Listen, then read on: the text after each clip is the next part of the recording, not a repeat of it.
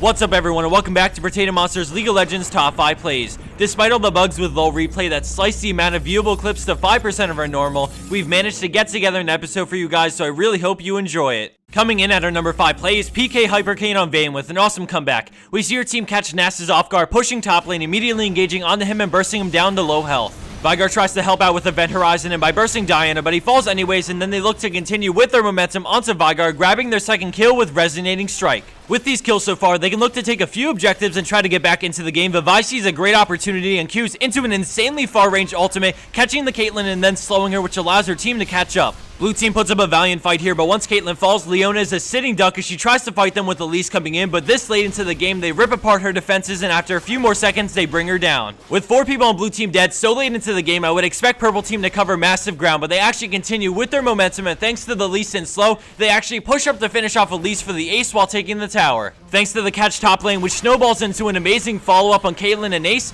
they get the tier 1 tower, tier 2, tier 3, and then the game all in one swift push down mid.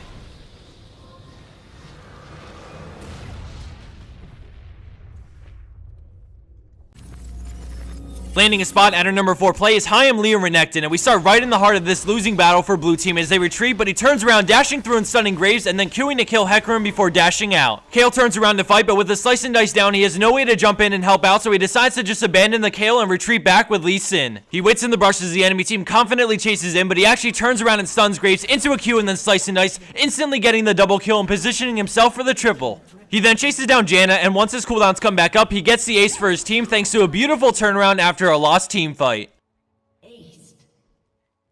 And for our third place spot, we have Easy Plosion in on Janna with a 6 support play. At the start, the enemy Leona tries to engage, but with a wild tornado, she denies the engage and they retreat, knowing the enemy junglers around. MF turns around with Make It Rain as they trade some auto attacks with each other, and Leona runs up to stun MF, but she gets too close to the tower, so she turns and stuns Janna, but takes some decent damage in the meantime and retreats. Leona uses her ult as we slow it down and see Xin jump onto Misfortune as Janna tornadoes to keep Graves back while MF cleanses the slow, but Leona jumps in, and after they tear through Janna's shield, we see an amazing Monsoon which does 3 things. 1, it knocks Leona and Xin into the wall, disabling their characters for a moment as the tower sits on Xin's Al. 2, it heals MF up slightly to prepare for damage after the characters regain control. And 3, it not only knocks Graves away from MF so he can't continue hitting her as Xin tanks the tower, but it also keeps him within the bullet time thanks to Janna's positioning. Xin falls for first blood, they turn and hit Leona, killing her with the help of the tower, and then Graves comes in to kill MF, but the shield keeps her alive as Graves tries to escape but falls for the 3-for-0 exchange.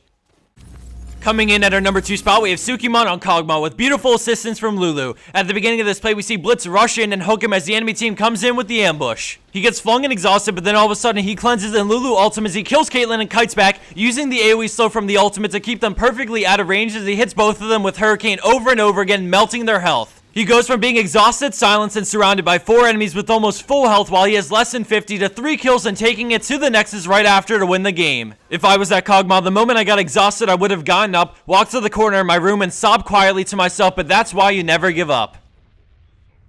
And for our number 1 pro play for this week, we have Foxy on Ashe with a great combination of jukes, awareness, and mechanical skill. At the start of this play, she gets onto Sona, bringing her very low, and then swaps to Corki with a slow, which allows her team to catch up and exhaust him. He turns to fight as we can see Cho'Gath coming in from River as he walks in with a Rupture, which Foxy sidesteps, allowing her to finish off Corki with ease for the shutdown kill. Afterwards, Nunu pursues the Sona and lands a snowball, which allows Ashe to catch up and get the kill with Volley. As they both retreat away, happy with a 2-for-1 exchange and shutdown kill with Corki, we see Fiora coming through River to cut them off as they spot her via the ward. Ashe decides to walk into the brush, turning to land a volley in both, which allows Nunu to make an easy escape if needed, and then she runs the opposite way and the enemy players turn around, rerouting towards her. She runs up towards the jungle as Caitlyn gets Fiora low, so Ashe sees a great opportunity and turns with a beautiful arrow, directly hitting her and granting Caitlyn another kill as Kassadin shows up, bringing her so low. He ports after her, and with his Q and E down, he goes for the auto attack, but she flashes just in time, and he chases into the jungle, and she runs towards Red, but jukes him as he ports over the wall, and is completely clueless as to where she went because of line of sight. When she re-enters the lane, he flashes over the wall and comes in guns blazing for the kill, but falls victim to Caitlyn with red buff and a nice trap.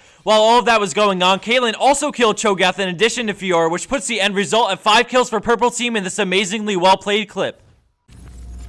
And for the bonus clip of the week, we have Carzine97 on Amumu with an epic steal and escape thanks to his support. As this clip plays, I just wanted to say 2 things. First off, if you haven't already, please go ahead and like our Facebook page to stay up to date with any announcements or news we have regarding anything. Lastly, I wanted to encourage everyone to go back and have a look through the recent replays and submit anything awesome you find.